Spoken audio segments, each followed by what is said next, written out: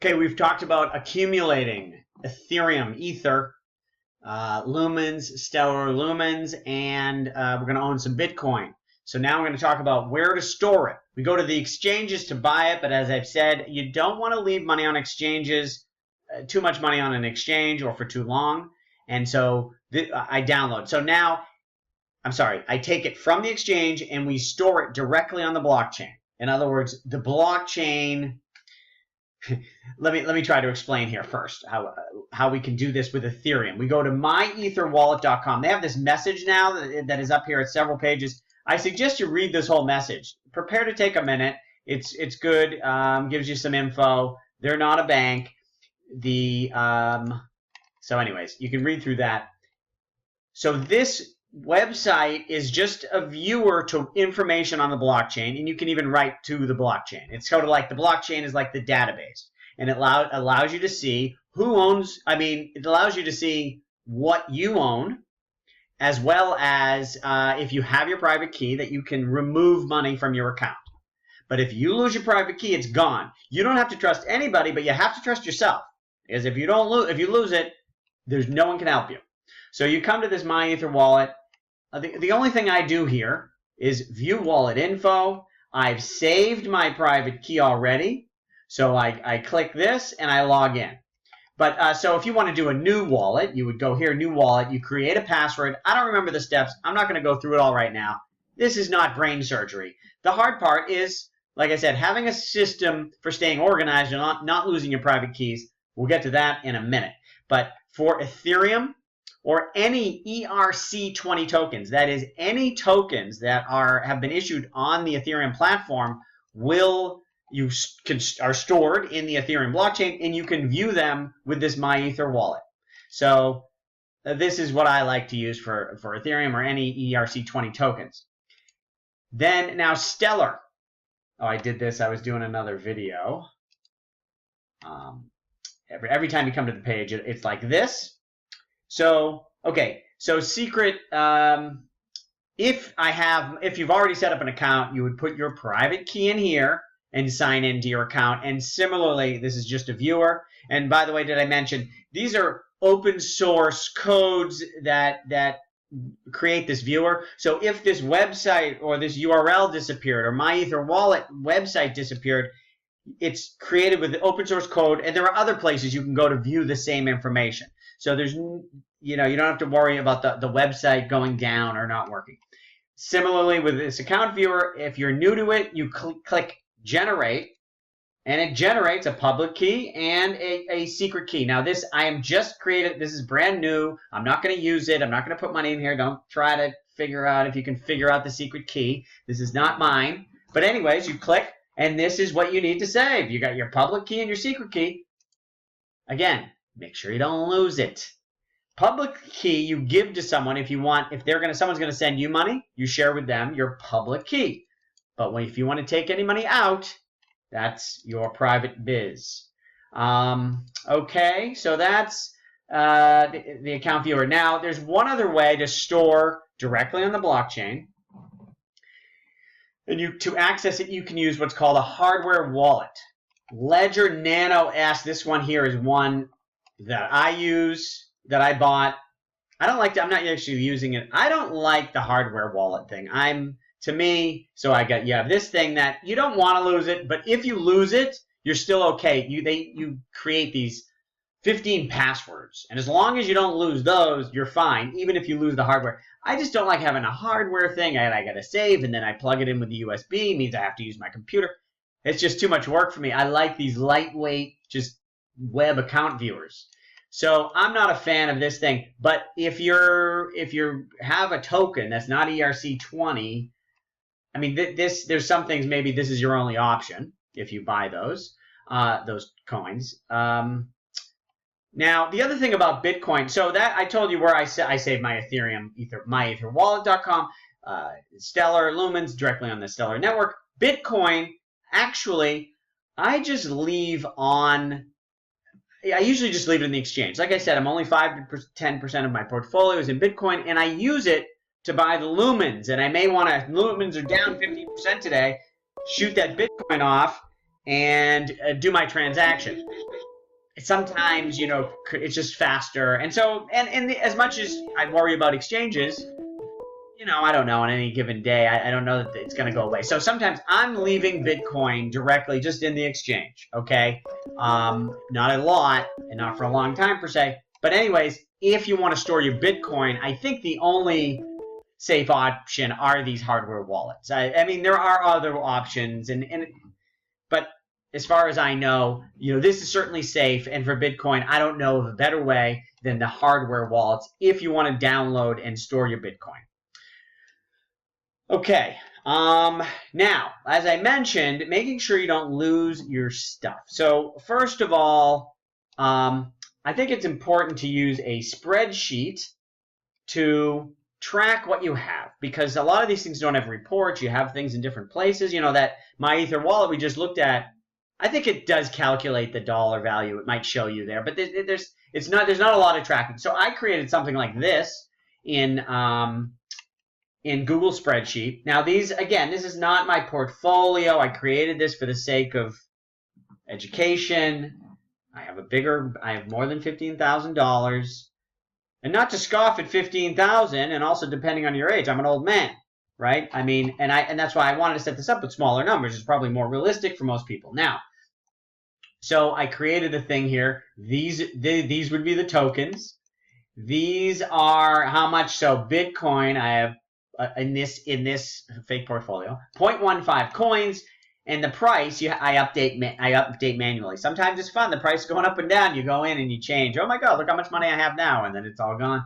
But anyways, so you put in the prices, and then this is a calculation field. The number of coins times the price is this. See, I do this calculation thing. If you know how to do that, if you don't know how to do that, you should learn. It's very valuable. And I'll give you a hint. You click on the sum thing here, okay? Then I do a grand total here. See, a total of all so this would say, okay, the whole portfolio is worth this.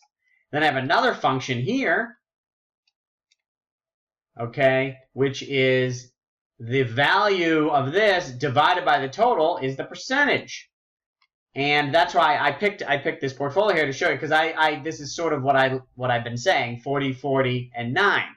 Okay, 40% of Stellar and Ethereum, and then 9% of Bitcoin. And then another thing that if you ever start playing with other coins, just do it if you're experimenting. Like I did a video on Pay 10x token. They say they're going to pay out a dividend. Maybe they will. Could be interesting. So I got a teeny bit, in real life and in here, a teeny bit to see, hey, if I ever get a dividend, I can see how much it is, what the percentage is, and then determine whether to invest bigger. Now, another thing you can do here is you copy this, right, and then paste it again. I already did it, but I'll do it again. So then you paste it here, and then put in the date, and you can create a log for yourself, right? So here I put in the date, today's date, 11/30. Not that these prices are right, but anyways, you put in the date, and then you save it. You can keep doing that, and you can see a history of your portfolio and the changes. You'd be surprised how quickly you forget what the hell goes on. And sometimes things are moving fast in this market. You lose track. If you think it's all in your head, it's not. Okay. I mean, and when it feels like you've got it all in your head, you really got a problem because you're overly confident. Keep track of this stuff. Now, similarly, we've talked about dollar cost averaging in your buys. Well, you think, oh, I know, yeah, I spent about, whatever, let's say the budget is $2,500 a month. Yeah, I think I did. You don't know. I'll tell you, because I do this myself, and there's times I feel like I spent a lot this month. Sorry, I shouldn't say spent. Invested more than my budget this month, and I look at the numbers and I'm less, or it goes the other way too. So you really keep track, and so that's just keeping track of your transactions. Something like this, right? Date, bought or sold. I wouldn't sell anything, but keep track of it here in case you do. And this is for your own tracking. If I bought Bitcoin and sold Bitcoin in order to buy Stellar, I wouldn't put all that in. It's just like I got Stellar and it cost me about, sometimes who knows what the price was. It's very confusing. So I'm like, okay, it was $1,100. Close enough. You know what I mean? Like, I'm keeping track here in general. Now, so this is, you know, what I bought, how many, and then, so what is that value? And then you can total. So here, right, I took November and total them up, and I can see, so let's say my budget was $2,500 a month. October, I underinvested a little. October, I overinvested a little. But it looks like I'm kind of on track here. I'm still a little, with these numbers, it looks like it's almost like right on. Well, whatever. I could add those two up. I would learn, okay, I would add these two up and divide by 2. 2,300. If my budget's 2,500, I'm under investing by now 400 under budget, right? Yeah, because it's 200 each month. Anyways, this is a good thing to keep track, to make sure you're doing your dollar cost averaging. And like I've said, is when you say I'm going to do 2,500 a month, you don't want to do it like necessarily every Monday. You know, do it when it's down 15%. Like, there are days that it's down 15%. Make those buying days. You know, so, and you can see here, I created dates like that. So it's like, oh, look at, I did it on the 19, the 22, 23. Hopefully these were down days, right? And then I waited almost a month, and then it was like once a week. Now, whatever, you know, let's just, whether I was smart or dumb, you can keep track of it, whether these were all down days. In fact, that would be an interesting column. Like, that probably gets a little too much. So, all right. Now, in addition, so you get your private and public key. Think about, you want to save it in at least 2 places. One of them, old school paper, print it out and put it somewhere that you're not going to lose it. And hopefully your portfolio is not giant. Like, I got everything. If all I got is Ethereum and Ethereum tokens and Stellar Networks, I can keep everything in just my Ether wallet and Stellar Account Viewer. You know, if you start having 20 different wallets and keys, it can be a lot. So anyways, you keep it in 2 places. One is old school paper. Another, you know, so your computer, how safe is your computer? I don't know what goes on and if anyone can get your email. The other thing to remember is also psychology. Like, if you put it on your desktop called, you know, private keys here, you know, that's probably not a good place. But even if it's in your computer, but it's sort of hidden where no one would look, maybe that makes it a little safer too. So think about how you store your keys, and at least more than 2 places. Okay, and okay, I think that's it. Did we do? Yeah. So Bitcoin, like I said, you can store it in the wallet, or you can leave it on the exchange for a minute. So anyways, thanks for watching. If you enjoy this info, let Ty know. You want more crypto from Dave. For the latest on me, you can always check out davelevine.com.